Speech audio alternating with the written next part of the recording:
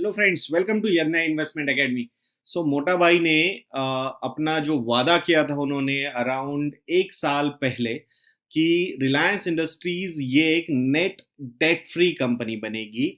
वो वादा ऑलमोस्ट पूरा कर दिया है। ऑलमोस्ट इसलिए बोल रहे हैं, टेक्निकली ये पूरा हो चुका है। अगर हम राइट्स इशू को कंप्लीट समझते हैं, 53,000 करोड़ रुपीज का जो राइट्स इशू रिलायंस इंडस्ट्रीज ने निकाला था, वो ओवर सब्सक्राइब हुआ था बाय 1.59 टाइम्स। तो अगर वो भी पैसा कंप्लीट 100% राइट्स इशू कंसिडर किया जाएगा तो अभी रिलायंस इंडस्ट्रीज ये कंपनी कंप्लीटली डेट फ्री हो चुकी है।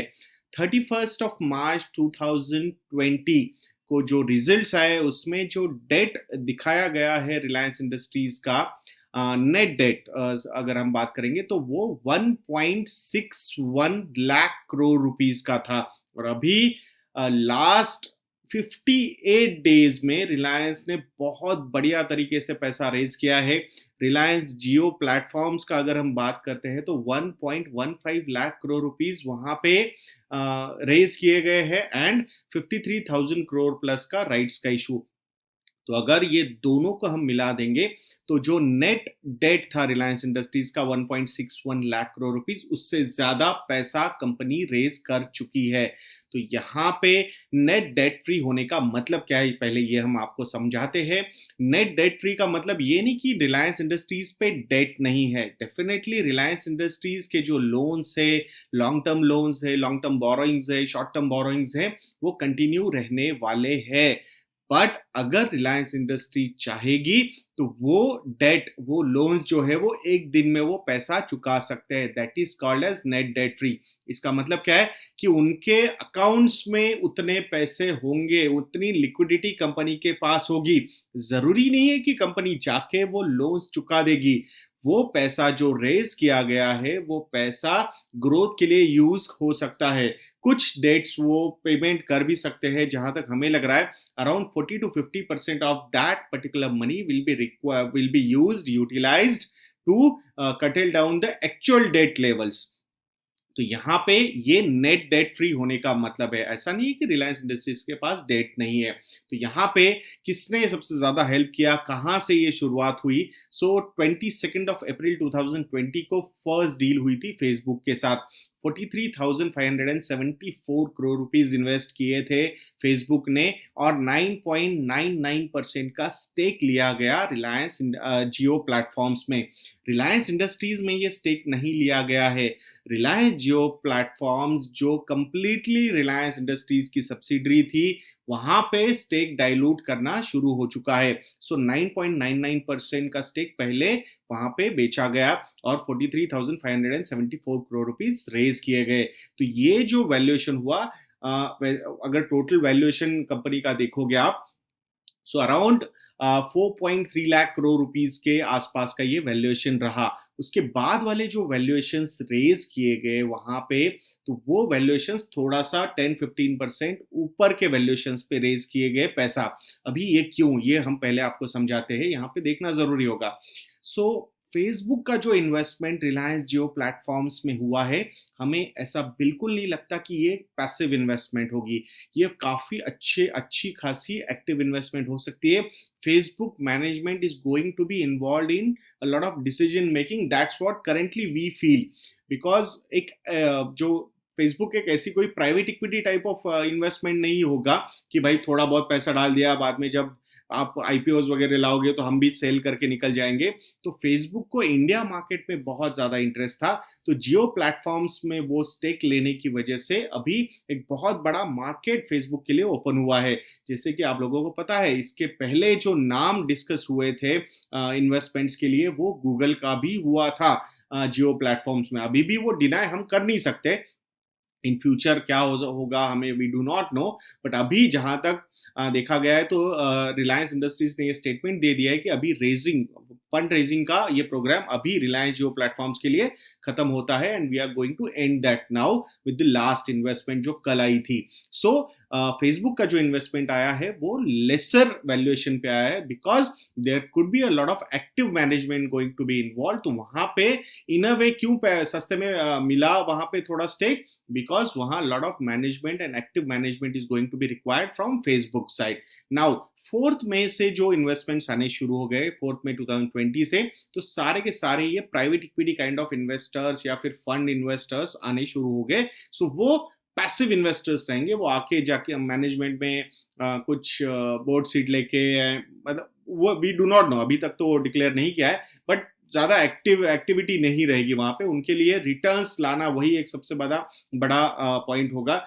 वो कोई अपनी कंपनी लाके, मतलब कुछ जॉइंट वेंचर फेसबुक का और जियो का ऐसा जैसा हो सकता है वैसा कुछ नहीं है. सो सिल्वर लेक इन्वेस्टमेंट्स ने पहला investment in private equity space से अगर आप देखोगे तो वो आया 1.15% का स्टेक लिया 5,656 करोड़ रुपीस का. देन विस्टा इक्विटी पार्टनर्स आया 2.32% का स्टेक लिया विद 11,367 करोड़ रुपीस.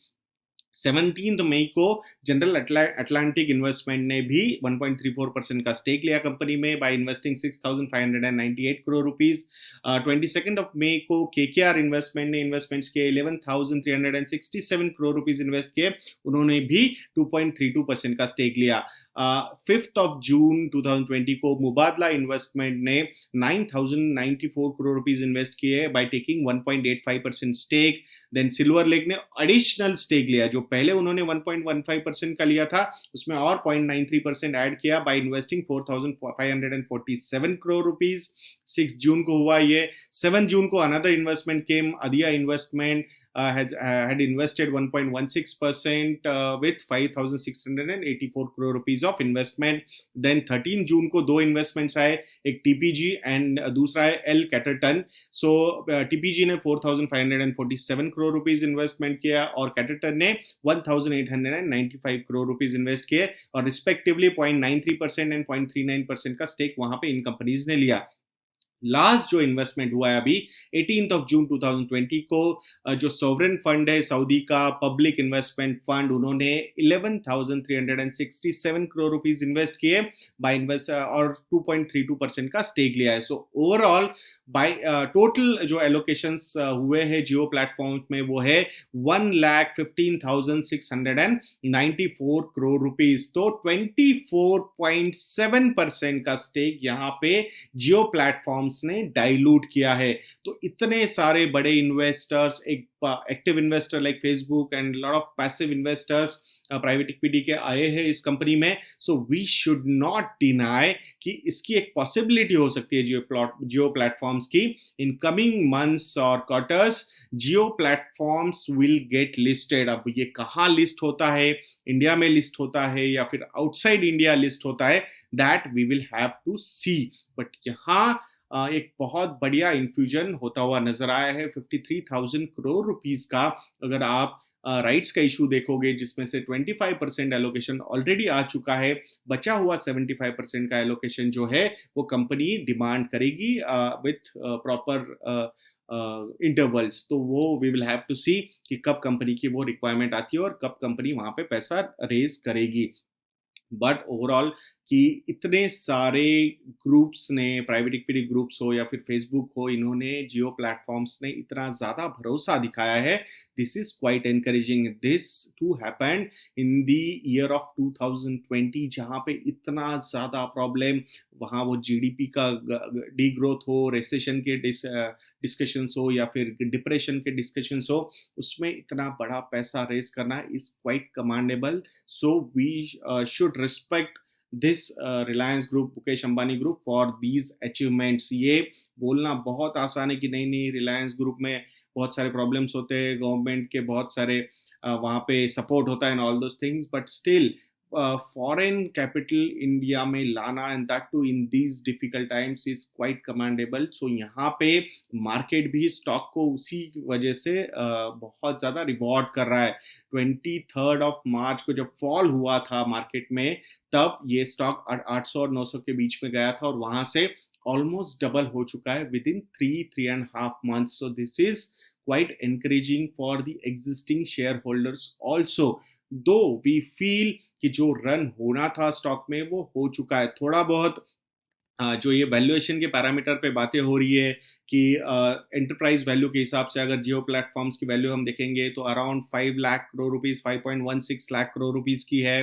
अगर रिलायंस रिटेल को एकदम ऐसा बेस वैल्यूएशन पे या फिर जो कंपटीटर है एवेन्यू सुपरमार्ट्स उसके 30-40% के डिस्काउंट के वैल्यूएशन पे भी वैल्यूएशंस दिया जाएगा तो अराउंड 4.5 लाख करोड़ रुपीस का वैल्यूएशन वहां पे रिलायंस रिटेल का भी आ सकता है। जो पुराना लेगेसी बिजनेस है रिलायंस इंडस्ट्रीज का, पेट्रोकेमिकल्स या फिर रिफाइनरी, ऑयल मार्केटिंग, ये बिजनेसेस अगर हम कंसिडर करते हैं सो इवन वर्स के सिनारियो में ये बिजनेस भी 3.5-4 लाख करोड़ रुपए का वैल्यूएशन क्रिएट करता हुआ नजर आ रहा है।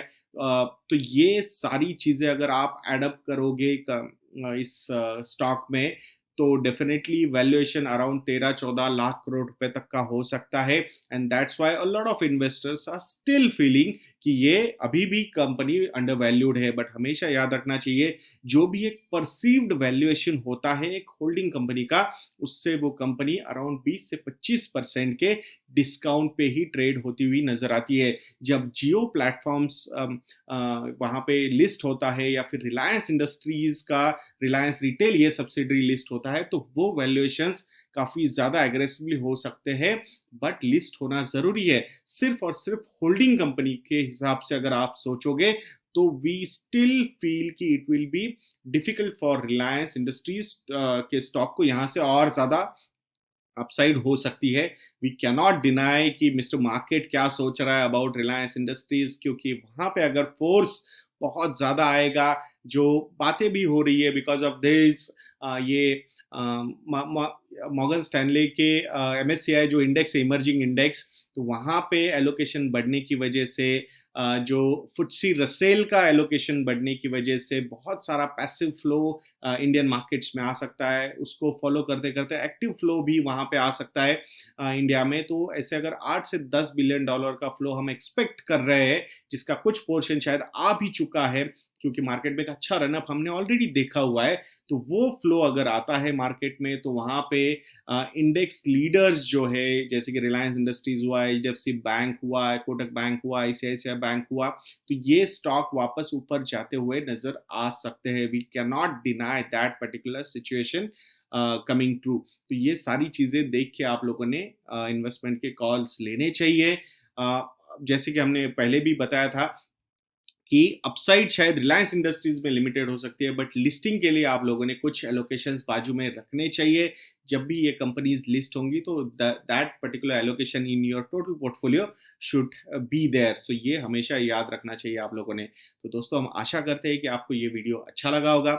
ऐसे वीडियोस के लिए हमारा चैनल देखते रहिए दोस्तों, और अगर आपको लगता है कि we do a lot of good research तो ज़रूर हमारे रिसर्च प्रोडक्ट को सब्सक्राइब कीजिएगा। वो स्टॉक सब्सक्रिप्शन के वीडियोस हो या फिर model portfolios, readymade model portfolios आपको मिलेंगे, स्टॉक्स के भी मिलेंगे, म्यूचुअल फंड्स के भी मिलेंगे, दोनों के मिला के भी मॉडल पोर्टफोलियोज हमने वहाँ पे डेवलप किए हुए। आपके रिस्क प्रोफाइल के हिसाब से वो मॉडल पोर्टफोलियोज आपके लिए यूजफुल हो सकते हैं। तो ज़रूर अगर ये चीज़ों का आपको लाभ उठाना है तो investorna.in को विजिट कीजिएगा। स्टे होम ये कूपन कोड यूज करके you can get discounts between 10% to 25%। तो जरूर इस चीज का लाभ उठाइएगा दोस्तों, और हमारी वेबसाइट को विजिट कीजिएगा। तो ऐसे वीडियोस के लिए हमारा चैनल देखते रहिए और नेक्स्ट वीडियो तक के लिए मुझे आज्ञा दीजिए। जय हिंद।